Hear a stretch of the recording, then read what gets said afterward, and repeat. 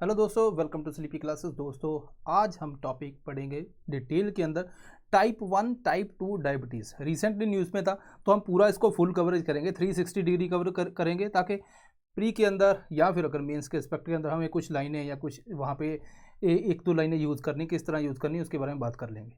तो यहाँ पे दोस्तों हम यहाँ पे स्टार्ट करते हैं। तो इससे पहले दोस्तों कि बहुत से बच्चे पूछते हैं करंट अफेयर्स कहाँ है। तो करंट अफेयर्स फॉर यूपीएससी 2023 हमारे डिटेल्ड लेक्चर सब्जेक्ट वाइज अलग अलग टीचर लेते हैं।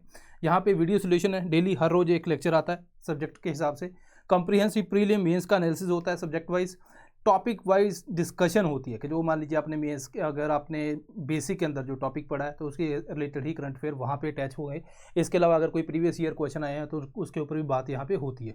तो ये सारी चीज़ें हैं जो पूरा कॉम्प्रिहेंसिव कोर्स है। तो आप हमारी वेबसाइट के ऊपर विजिट कर सकते हैं या कॉल करके यहाँ पे इसकी डिटेल ले सकते हैं। इसके अलावा पेड इनिशिएटिव है दोस्तों जनरल स्टडी के लिए। बहुत से बच्चे जो कंटेंट के ऊपर फोकस करते हैं तो यहाँ पे कंटेंट है, तो उसके अलावा टॉपिक वाइज है, इवन जो आपके मॉडल आंसर्स वीडियो सोल्यूशन वगैरह यहाँ पे अवेलेबल है। तो ये कोर्स ले सकते हो। अगर आप चाहते हो कि नहीं मुझे आंसर राइटिंग को और इवेल्युएट भी करवाना है तो देन आंसर इवेल्युएशन के साथ भी आप ये वाला कोर्स ले सकते हो। इसके अलावा मेंटोरशिप है। अगर आपको लगता है कुछ टाइम पे बाद आपको मोटिवेशन का टॉनिक की ज़रूरत पड़ती है तो आप इसके ऊपर भी, या कुछ और जो एक सही डायरेक्शन में चलने के लिए, तो आपको ये कोर्स यहाँ पे अवेलेबल है। आप इस नंबर पे कॉल कीजिए, यहाँ पे वेबसाइट के ऊपर विजिट कीजिए। बहुत ही प्यारी वेबसाइट है, मज़ा आएगा। ठीक है दोस्तों, अब यहाँ पे दोस्तों आगे बात करते हैं। ओके, तो यहाँ पे डायबिटीज़ की अब न्यूज़ में क्यों है पहले तो ये पता होना चाहिए भाई, है ना। तो डायबिटीज़ रिसेंटली आईसीएमआर ने गाइडलाइंस दी हैं। पहले तो टाइप 2 डायबिटीज़ के ऊपर गाइडलाइन दी हुई है, तो यहाँ पे टाइप 1 के लिए दी है। ठीक है जी, टाइप 1 रेयर है तो इतनी ज़्यादा गाइडलाइन नहीं है, इसलिए इग्नोर्ड भी है। तो यहाँ पे टाइप 1 टाइप 2 के बीच में क्या डिफरेंस है ये सारा डिटेल में पढ़ेंगे। ओनली 2% ऑफ ऑल हॉस्पिटल जो केसेस हैं डायबिटीज़ के कंट्री के अंदर टाइप 1 है, तो इतना मतलब बाकी सारे टाइप 2 है। डिटेल्ड गाइडलाइन दी गई हैं, जैसे डाइट, एक्सरसाइज, क्या क्या, इंसुलिन मॉनिटरिंग, कब आपको ज़रूरत है, ये सारी बातें करनी है। तो यहाँ पे इन्होंने बोला। अब यहाँ पे कुछ बेसिक साइंस को टच करते हैं। हमारे जो ब्लड ग्लूकोज लेवल है ना, ब्लड के अंदर एक नॉर्मल ग्लूकोज लेवल रहता है। आपने खाना खाया कार्बोहाइड्रेट, ठीक है दोस्तों, आपने कार्ब खाया, ब्रेक डाउन हुआ, ग्लूकोज के अंदर कन्वर्ट हुआ। अब इस ग्लूकोज का यूज़ करना है, ग्लूकोज का यूज़ करेंगे तभी बेनिफिट है।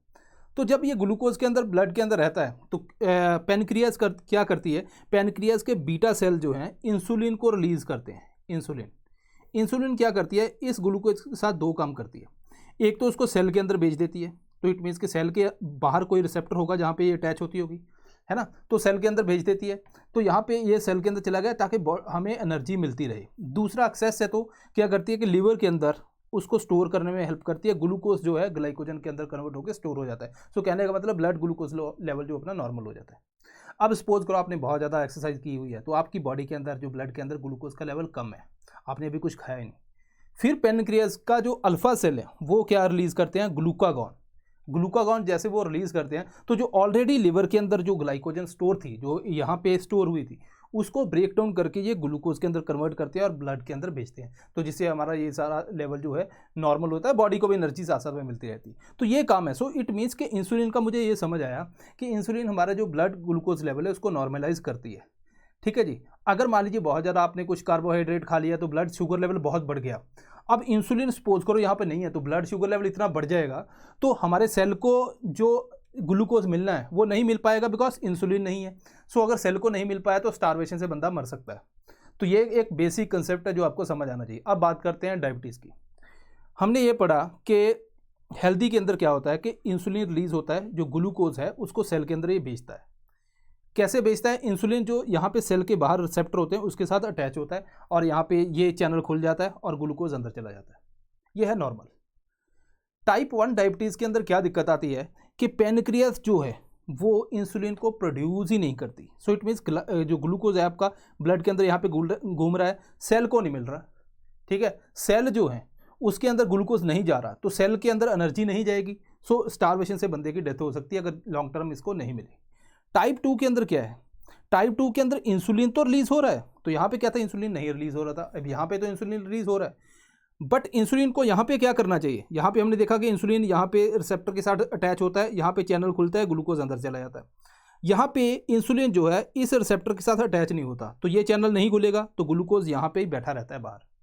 दोनों में फ़र्क क्या है, टाइप 1 के अंदर इंसुलिन ही नहीं जनरेट हो रहा, टाइप 2 के अंदर हो रहा है बट जो हमारा एफिशिएंट सिस्टम एफिशिएंट नहीं रहता कि उस इंसुलिन को यूज़ करके ग्लूकोज का एफिशिएंटली यूज़ करें। सो ठीक है दोस्तों, तो ये भी पिक्चर है जो इंडियन एक्सप्रेस के अंदर आई थी। तो यहाँ पे क्या लिखा है, cell does not respond to insulin properly, this is called insulin resistance. ठीक है जी, अब ये सिंपल भाषा के अंदर हमने समझ लिया। इसके अलावा एक और होती है दोस्तों, उसको बोलते हैं गेस्टेशनल डायबिटीज़। टेम्परेरी होता है प्रेगनेंसी के टाइम पे, अगर बहुत ज़्यादा हो तो टाइप 2 के अंदर डेवलप हो जाता है। अब ये समझ आया हमें इंसुलिन का क्या रोल है, टाइप 1 भी होता है कुछ, टाइप 2 भी होता है, ये समझ आया। दोनों के बीच में डिफरेंस क्विकली देख लेते हैं, आपको समझ आ जाएगा।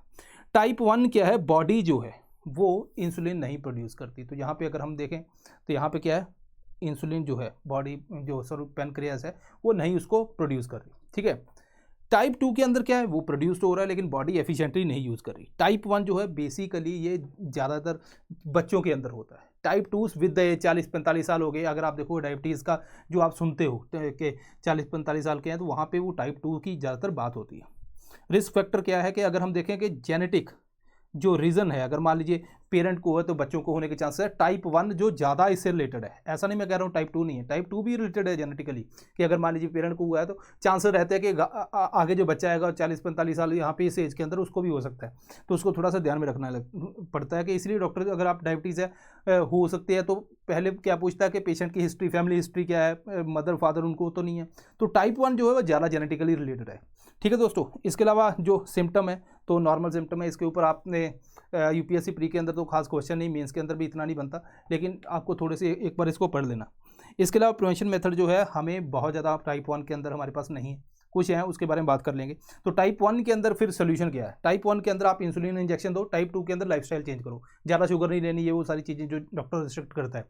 टाइप 1 के अंदर अगर हम देखें तो यहाँ पे हमने बोला कि जो पैनक्रियास जो है इंसुलिन नहीं प्रोड्यूस कर रही, तो अगर हम इंसुलिन इंजेक्शन दे तो यहाँ पे इंसुलिन आ गया, तो यहाँ पे अटैच होगा, तो ये सारा काम अपना चल जाएगा। ओके, तो ये कुछ बातें होगी। अब यहाँ पे बात करते हैं दोस्तों टाइप 1 टाइप 2 के अंदर जो इंडियन एक्सप्रेस के अंदर है, क्या उसमें कुछ नया है या कुछ है, तो उसके बारे में बात कर लेते हैं। एक पॉइंट उन्होंने बोला है कि टाइप 1 जो है वो more severe as compare to type 2। दूसरा पॉइंट है जो इंडिया के अंदर अकाउंटिंग फॉर हाईएस्ट नंबर, जहाँ पे अगर वर्ल्ड की बात करें कि टाइप 1 डायबिटीज़ की, तो इंडिया के अंदर बहुत ज़्यादा नंबर है उसका। ठीक है दोस्तों, इसके अलावा इन्होंने बोला कि कुछ डेटा है जो आप कोड कर सकते हो अगर ज़रूरत पड़ी, अदरवाइज बहुत ज़्यादा ज़रूरत है नहीं इसकी। रिस्क डिजीज़ का, चाइल्ड का 3% रिस्क है जब उसकी मदर को है। टाइप 1 अगर सपोज करो मदर को है तो बच्चे को 3% रिस्क रहता है, 5% है जब फादर को होती है, 8% है सिबलिंग को है। तो ये सारी चीज़ें। दूसरा यहाँ पे इन्होंने बोला है कि prevalence of gene DR3DQ2 is 30 to 40% in patient with type 1 diabetes. तो ये क्या सीन है, इसको थोड़ा सा न्यूज़पेपर के अंदर इतना दिया है, थोड़ा सा एलेबोरेट करते हैं। इतना कि अगर एग्जाम के अंदर बहुत ज़्यादा मतलब डिफ़िकल्ट लेवल का क्वेश्चन आता है तब ये इसके ऊपर यूपीएससी चर्चा कर सकता है, बट इतना पढ़ लिया तो 2 वर्ड और पढ़ लेते हैं, थोड़ा समझ आएगा। एक दोस्त होता है glutamic acid D carboxylase, GAD, आप इतना शॉर्ट में समझ सकते हो इसको, बहुत ज़्यादा इसके ऊपर चर्चा करने की बात नहीं है। ठीक है दोस्तों, ये प्रोटीन है, GAD प्रोटीन कहते हैं। हमने ये पढ़ा कि पेनक्रियास जो है इंसुलिन बनाती है, अगर पेनक्रियास के अंदर कुछ डिफेक्ट हुआ तो इंसुलिन नहीं बनेगा, है ना। सो टाइप 1 के अंदर कोई दिक्कत आ सकती है। सो GAD जो है ये पेनक्रियास के लिए ज़रूरी है कि पेनक्रियास अपना नॉर्मल फंक्शन करना है, तो उसके लिए GAD ज़रूरी है। अब कई बार होता है ऑटो इम्यून डिसऑर्डर। अब ऑटो इम्यून डिसऑर्डर क्या होता है, जैसे मान लीजिए कोई बाहर से वायरस आया मेरी बॉडी के अंदर, बॉडी क्या करेगी, एंटीबॉडी बनाएगी, तो वो बॉडी मेरी जो है वो रिकॉग्नाइज करते हैं कि ये वाला फॉरेन एजेंट है, तो इसको हम, है ना, ये साइमन गो बैक है तो इसके ऊपर हम यहाँ पे इसको भगाएंगे। लेकिन कभी कभी क्या होता है कि वो सिस्टम गड़बड़ हो जाता है, गड़बड़ इन द सेंस कि वो फॉरेन और बॉडी के सेल को रिकॉग्नाइज ही नहीं कर पाता कौन सा फॉरेन है कौन सा अपना है। ठीक है दोस्तों, तो वहाँ पे ब्रेन में या फिर बॉडी में गाना चलता है अपने तो अपने होते हैं, लेकिन वहाँ पे नहीं।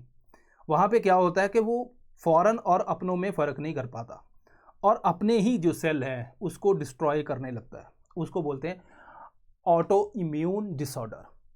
तो यहाँ पे जब कभी कभी क्या होता है ऑटो इम्यून डिसऑर्डर हो जाता है, जब ऑटो इम्यून डिसऑर्डर हो जाएगा तो GAD तो अपना है ना, इसको भी ये डिस्ट्रॉय कर देता है। ठीक है, ऑटो इम्यून डिसऑर्डर ने GAD को डिस्ट्रॉय कर दिया। अब GAD को डिस्ट्रॉय करने लगेगा तो होगा क्या, पेनक्रियास को मिल नहीं पाएगा, पेनक्रियास को नॉर्मल फंक्शन के लिए ये चाहिए, तो पेनक्रियास अपना नॉर्मल फंक्शन नहीं कर पाएगी और टाइप 1 डायबिटीज़ के अंदर कन्वर्ट होने के चांसेस रहते हैं। अब यहाँ पे एक और बात निकल के आई कि जो GAD है ये डिस्ट्रॉय क्यों हो रहा है, तो यहाँ पे एक जीन का काम आता है DR3DQ2। ये जीन जो है जो GAD को ज़्यादा एक्सपोज करता है कि उसको डिस्ट्रॉय किया जाए। सो ये वाला जीन जो सबसे बड़ा कल्प्रिट है जो GAD को एक्सपोज कर देता है, ठीक है, because body already autoimmune disorder के अंदर है तो वो इसको डिस्ट्रॉय कर देती है। इसीलिए टाइप 1 जो के अंदर यहाँ पे ये चीज़ पाई जाती है। सो इट मीन्स कि टाइप 1 के अंदर क्या होगा, ये वाला जीन है, ये इसको एक्सपोज करेगा, ऑटोइम्यून डिसऑर्डर इसको डिस्ट्रॉय करेगा, पैनक्रियाज का फंक्शन इफेक्ट होगा, तो इंसुलिन जनरेट नहीं होगा। इसीलिए एक टेस्ट भी आता है कि जहाँ पे क्या करते हैं कि GAD ऑटो एंटीबॉडीज़ टेस्ट करते हैं कि जिस पर्सन के अंदर GAD ऑटो एंटीबॉडीज़ हैं वहाँ पे चांसेस होते हैं कि उसको टाइप 1 हो। इसी का यूज़ करके एक वैक्सीन भी बना रहे हैं, पोटेंशियल वैक्सीन है कि अच्छा काम कर सकती है। वहाँ पे क्या करेंगे, GAD लिम्फ नोड के अंदर इंसर्ट करेंगे ताकि वो पैनक्रियास को पहुँच सके और पैनक्रियास नॉर्मल फंक्शन कर सके और यहाँ पे इंसुलिन जनरेट हो सके। तो ये थी दोस्तों कुछ बातें जो आपको एक आइडिया देना था कि किस तरह से काम करता है, बिकॉज हमारी डेली लाइफ से भी ये रिलेटेड है, इसीलिए थोड़ा सा इसको हमें उस तरह से पढ़ना भी चाहिए ज़्यादा। अब बात करते हैं कैसे इवॉल्व हुआ। स्टेम सेल थेरेपी के ऊपर बात हुई, ठीक है। सो यहाँ पे ये प्री का काम आ जाता है। स्टेम सेल थेरेपी के ऊपर भी थोड़ा सा इनकरेजिंग रिजल्ट मिल रहे हैं, ठीक है, कि हम उसको डिफेक्ट को रिकवर कर पाए। इसके अलावा ग्लूकोज मॉनिटरिंग करनी चाहिए, अगर ग्लूकोज लेवल कम है तो इंसुलिन इंजेक्शन लेना, ये सारी चीज़ें।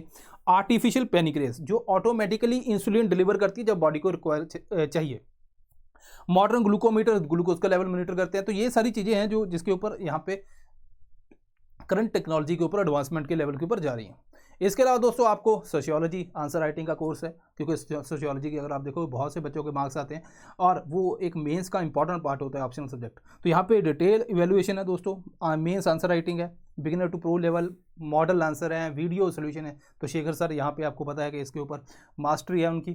तो यहाँ पे अगर बात करें ऑप्शनल मेंस टेस्ट सीरीज़ है, 8 सेक्शनल टेस्ट है दोस्तों, 4 फुल लेंथ टेस्ट है, डिटेल्ड इवेल्युएशन है, मॉडल आंसर है। आप इस नंबर पर कॉल कीजिए या फिर यहाँ पे वेबसाइट के ऊपर विजिट कीजिए अगर आपको ये ऑप्शन कोई भी यहाँ पे अवेल करना है। सो ये थी दोस्तों कुछ इंपॉर्टेंट बातें आपको।